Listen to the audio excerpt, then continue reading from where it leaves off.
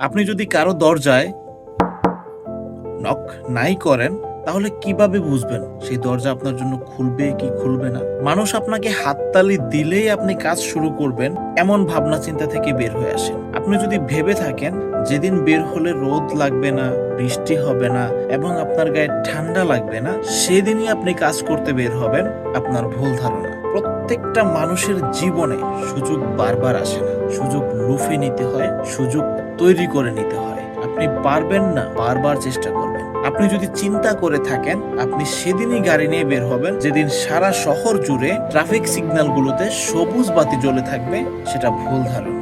আপনি যদি গাড়ি নিয়ে নাই বের হন তাহলে আপনি বুঝবেন কি করে সিগন্যালগুলো সবুজ নাকি লাল? আপনাকে বুঝতে হলে, আপনাকে জানতে হলে অবশ্যই আপনাকে ঘর থেকে বের হতে হবে।